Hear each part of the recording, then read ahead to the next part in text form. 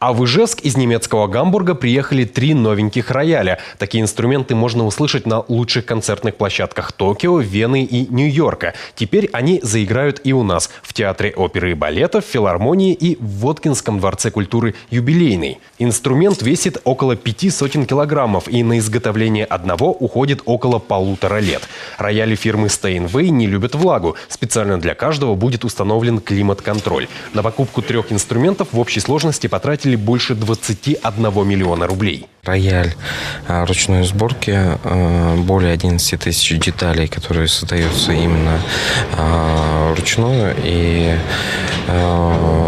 последнее приобретение в Удмуртской республике такого уровня рояля было в 1989 году. Этот рояль на период фестиваля Чайковского будет жить в ДК «Аксион». Только в мае он переедет на ПМЖ в филармонию. А уже 2 и 3 апреля на этом легендарном инструменте сыграет не менее легендарный пианист Денис